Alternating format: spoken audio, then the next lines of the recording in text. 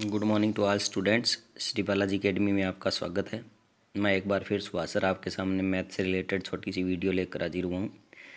आज का हमारा जो टॉपिक रहने वाला है वो टॉपिक हम नए चैप्टर के साथ स्टार्ट करेंगे और हमारा चैप्टर का नाम है अर्थमेटिक प्रोग्रेशन, जिसे हम शॉर्ट में एपी भी कहते हैं और पंजाबी में अंकगणितिक लड़ियाँ। इसके बारे में हम डिस्कस करेंगे। ये चैप्टर बहुत ही इंपॉर्टेंट है और जो ईटीटी सेकंड पेपर की जो बच्चे तैयारी कर रहे हैं उनके लिए भी ये इम्पोर्टेंट है। तो टाइम न वेस्ट करते हुए स्टार्ट करते हैं। सबसे पहले अर्थमेटिक प्रोग्रेशन में हम जानते हैं भी सीरीज़ क्या होती है। Series group of numbers in any pattern is known as series. भी कोई भी नंबर्स को किसी तरह से सेट कर दें, किसी तरह से, तो वो हमारे पास क्या बन जाती है, एक सीरीज़। जैसे अभी 3 है, 1/2, 5/7, 6, 4, ये सीरीज़ है। ABEG ये भी क्या एक सीरीज़ है। इनका कोई मतलब वैसे नहीं है भी इतने जोड़ने पर इतना आएगा, कोई हिसाब किताब नहीं है, उल्ट पुल्ट जैसे मर्जी लिख दो चाहिए। ये होती है सीरीज़। उसके बाद में इस सीरीज़ को अर्थमेटिक प्रोग्रेशन कैसे बनाया जाता है। भी कोई भी सीरीज़ जो हमारे पास दी हुई है इस तरह से, वो अर्थमेटिक प्रोग्रेशन मतलब AP कैसे होगी। तो series in said to be AP, भी सीरीज़ को हम AP कब कहेंगे, if it has some pattern to design. भी इसको बनाने के लिए कुछ पैटर्न लगाओ। पैटर्न मतलब कुछ फार्मूला लगाओ, कुछ इस तरह का फार्मूला जिसके अकॉर्डिंग इसको हम समझ सकें भी ये इस तरह से बन रही है। अब जैसे ये है, मैंने आपके सामने एक एग्जांपल रखी है, 2 फिर +4 फिर +6 फिर प्लस क्या हो गया 8। इसमें अगर ध्यान से देखें तो हर एक नंबर में 2 ऐड हो रहा है। यहाँ पर 2 ऐड करेंगे, 4 को किया आगे 6 को 2 ऐड किया, कितना हो गया 8। इसी तरह से ये है 5, 8, 11, 14। अब इसमें ऐड करेंगे तो 3 ऐड किया 8 में 3 किया 11 में 3 किया 14। तो इस तरह से जो सीरीज़ होती है जिसका कोई पैटर्न हो, चाहे जितना मर्जी हो, पर वो होना सभी में सेम चाहिए। जैसे अभी 2 2 2 2 ऐड हो रहा है, यहाँ 3 3 3 3 ऐड हो रहा है। तो इस तरह की जो सीरीज़ होती है जो एक पैटर्न से चलती है, उसको हम क्या बोलते हैं, अर्थमेटिक प्रोग्रेशन बोलते हैं। और सबसे जो इम्पोर्टेंट बात है वो है difference between numbers remain same. भी इसमें जो नंबर्स होती हैं उन नंबर्स के बीच में जो डिफरेंस होता है वो हमेशा क्या रहता है, सेम रहता है। जैसे 8 में से 6 माइनस किया 2, 6 में से 4 किया 2, 4 में से 2 माइनस किया 2, इस तरह से। तो इसका जो पैटर्न है वो हमेशा क्या रहता है, सेम। जैसे 14 में से 11 गया 3, 11 में से 8 गए 3, 8 में से 5 गए 3। तो इस तरह से ये जो अर्थमेटिक प्रोग्रेशन होती है इसमें नंबर्स का जो डिफरेंस है वो हमेशा क्या रहता है, सेम। और ये जो डिफरेंस है जो सेम रहता है, जैसे D1 निकाला पहले का 2, फिर 6 में से 4 गए 2, फिर 4 में से 2 गए 2। तो ये D1 D2 D3 जो सेम आ रहे हैं उसको हम बोलते हैं कॉमन डिफरेंस। पंजाबी में साझा अंतर और इंग्लिश में क्या बोलेंगे, कॉमन डिफरेंस बोलेंगे। अब इसके बारे में थोड़ा सा स्टडी करते हैं भी ये कॉमन डिफरेंस का क्या है। तो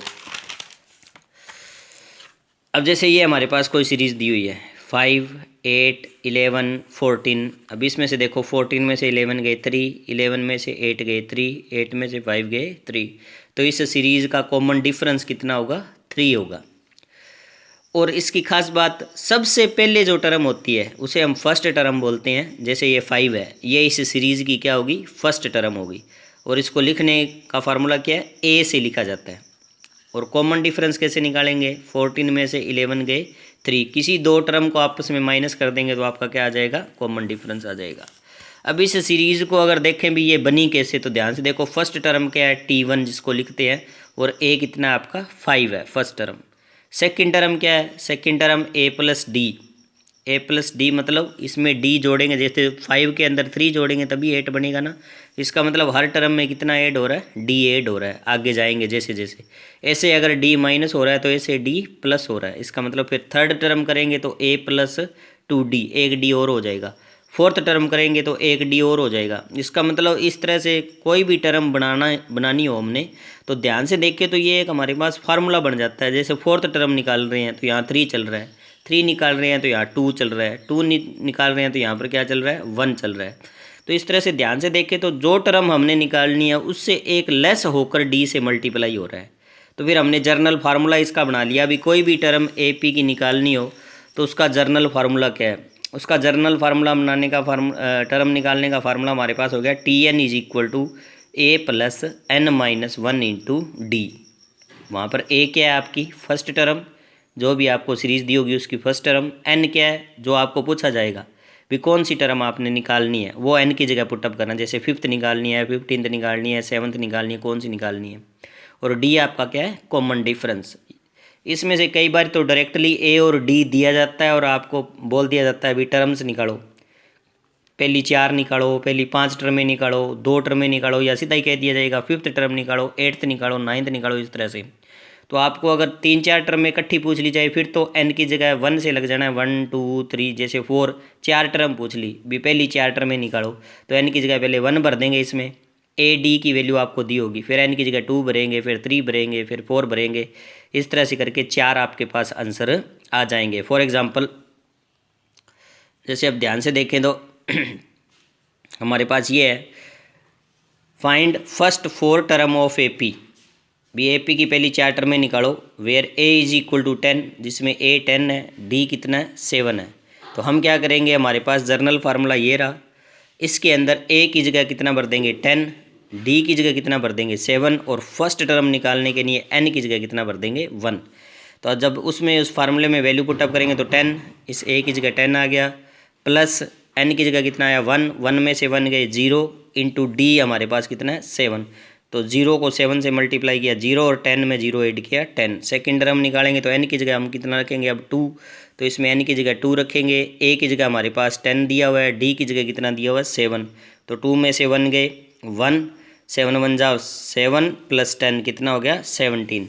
इसी तरह से थर्ड टर्म निकालेंगे तो थर्ड टर्म निकालने के लिए एन की जगह 3 पुटअप करेंगे, ए की जगह हमारे पास 10 दिया हुआ है, डी की जगह 7 दिया हुआ है, तो 3 में से 1 गए 2, 7 2 जा 14, 10 प्लस 14 कितना हो गया 24। फोर्थ टर्म निकालेंगे तो एन इज इक्वल टू 4, 10 रख दिया ए की जगह, प्लस 4 में से 1 गए 3, 3 7 जा 21 और ये कितना हो गया 31। तो इस तरह से अगर आपको 3-4 टर्म में इकट्ठी पूछ लिए भी फर्स्ट 4 निकालो, फर्स्ट 5 निकालो, फर्स्ट 3 निकालो, फिर तो आपने एन की जगह 1 2 3 इस तरह से अलग अलग पुटअप करते जाना है। डायरेक्टली कोई क्वेश्चन पूछ ले भी 5th टर्म निकालो या 8th निकालो, फिर ए की निकालनी है, वो एन की जगह 8 पुटअप कर देना है, ए डी आपको इस तरह से दिया होगा।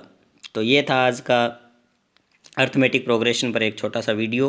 उम्मीद है भी आपको ये समझ आया होगा और इससे रिलेटेड आगे भी कल और जो है वो इस टॉपिक को आगे बढ़ाएंगे। तो आज के लिए बस इतना ही।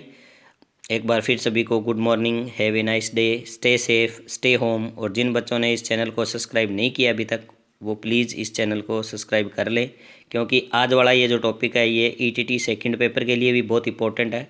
इसमें से 1-2 क्वेश्चन मुझे उम्मीद है अभी पेपर में ज़रूर आएगा सीरीज़ पर। तो जिन्होंने अभी तक इस चैनल को सब्सक्राइब नहीं किया वो सब्सक्राइब कर लें। Thank you, have a nice day, stay safe, stay home.